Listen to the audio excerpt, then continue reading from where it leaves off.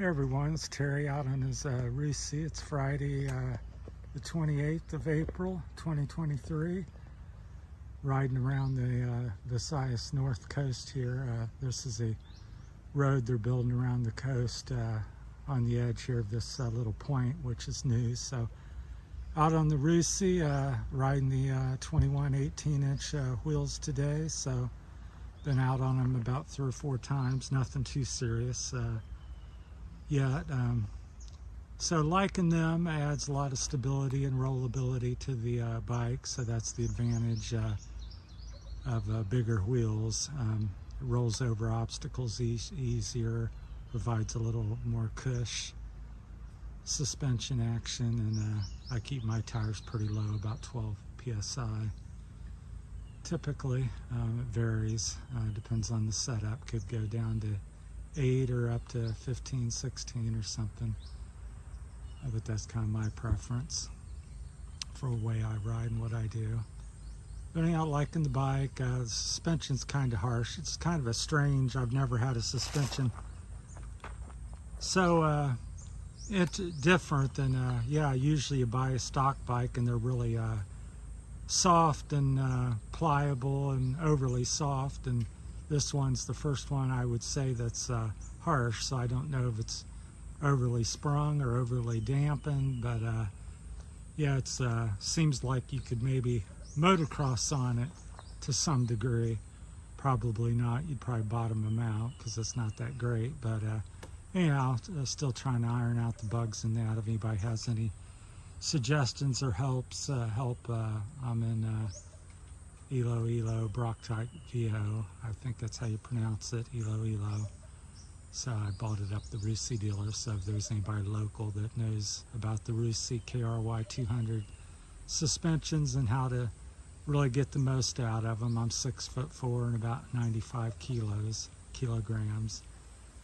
So a little over 200 pounds. So, and even I'm finding it's kind of harsh, so I'm not sure if it's a little soft and I'm overly working it, which I don't think so. I just think it's a very rough suspension. So the faster you go, and I notice when I have 2 people on it, tends to ride a little bit better.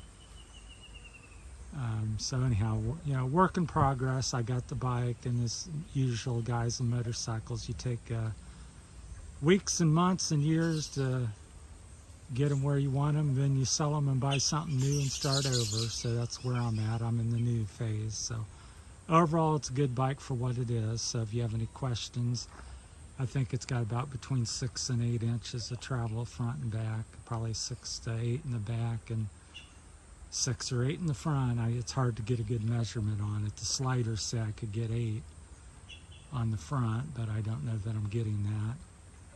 So yeah, it's fairly powerful, chugs up the hills.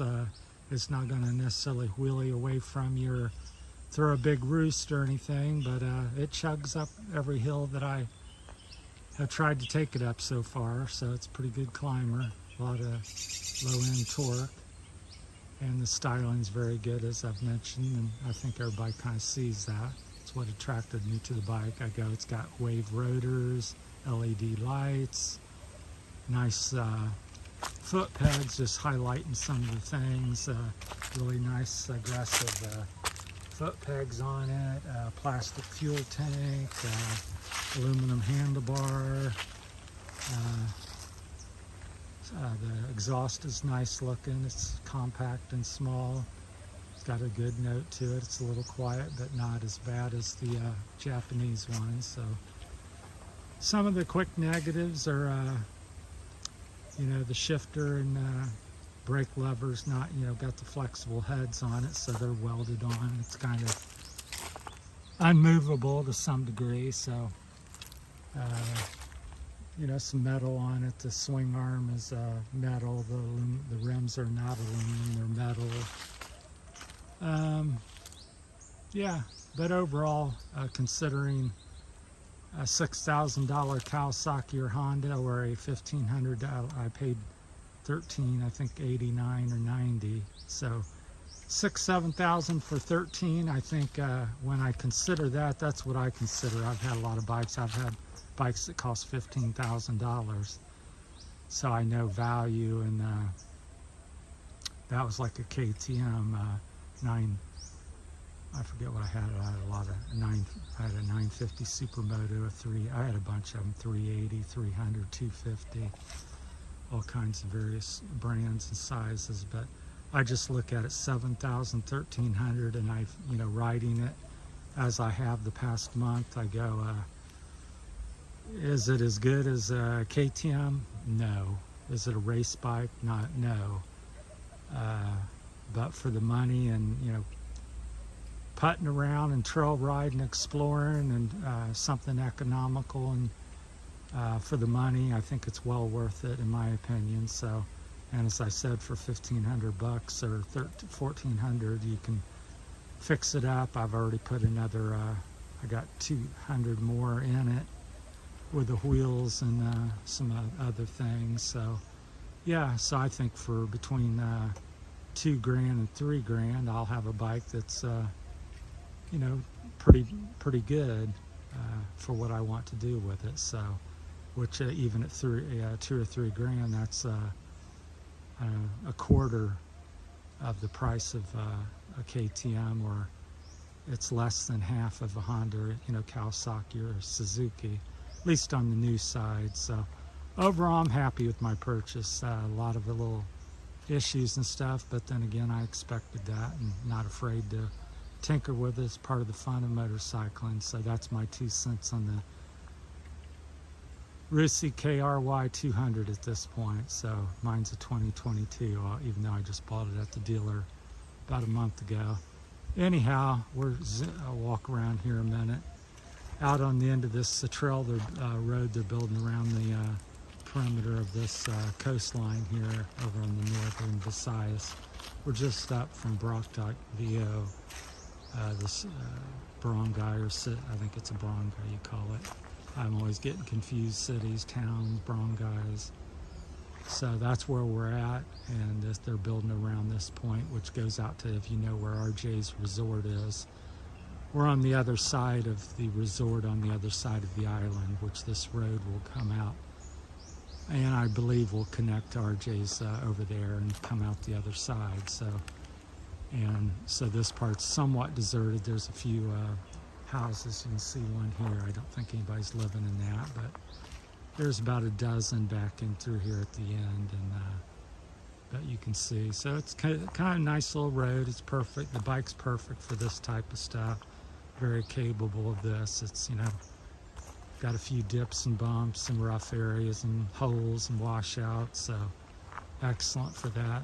And it's beautiful out here. It's, say, like I said, Friday the 28th of April of 2023, and got your coconut trees there, blue skies, bamboo here, big bamboo. Just everything you can think of the Philippines. It's here on this part of the island, so a lot of a lush vegetation in this area. I think this is the part of the island they're very limited on what they can cut and do, so they're trying to preserve it, because a lot of the areas are cut down, just have big bald grass hills and not much vegetation. But this one's pretty much how you might find the Philippines if everything was left alone. So it's very thick and lush and jungly, and banana trees, coconut trees, and all kinds of different trees bearing fruits and medicines and stuff like that. So this is kind of what I come up here, and they just made this past year.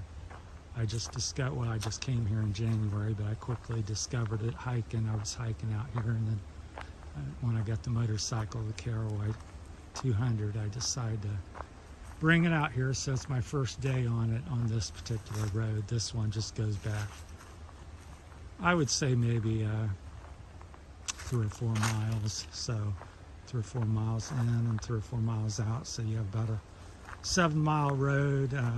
So it's not very long, but it's kind of nice. There's a trail that shoots up the side of the hill, the mountain, to the top, which I haven't hit yet, so I may try that. Not sure if you're supposed to do it, but they've bulldozed it, so it's pretty rough. But And then the ocean sits right off here to our right. I don't know if you can see it, but I'll zoom in because I don't know if I'm going to walk over that far. But right in there is the ocean, that blue water. So we're about 1,000 feet from the ocean. So it's really quite beautiful over there. So I may get over there. So right there you can kind of see a little sneak peek of it to the woods here. So we're on the north shore, the shore of the Visayas Island. So that's that there. So I'll zoom in a little bit. So maybe you can capture it. So it's it right there in the trees. So that's how close we are. So I've done many videos of that. And this is a little gnarlier section I come up. So let me get back out of here. Because it's hard to see when so I came up this. The sun's kind of reflecting. But anyhow, I come down through there and there's a big gully on each side. So anyhow, I think the camera's lost focus. So thanks for watching, everyone. We'll call it a wrap. So yeah, I'm not sure what's happening with the camera. It kind of loses focus. All right, thank you.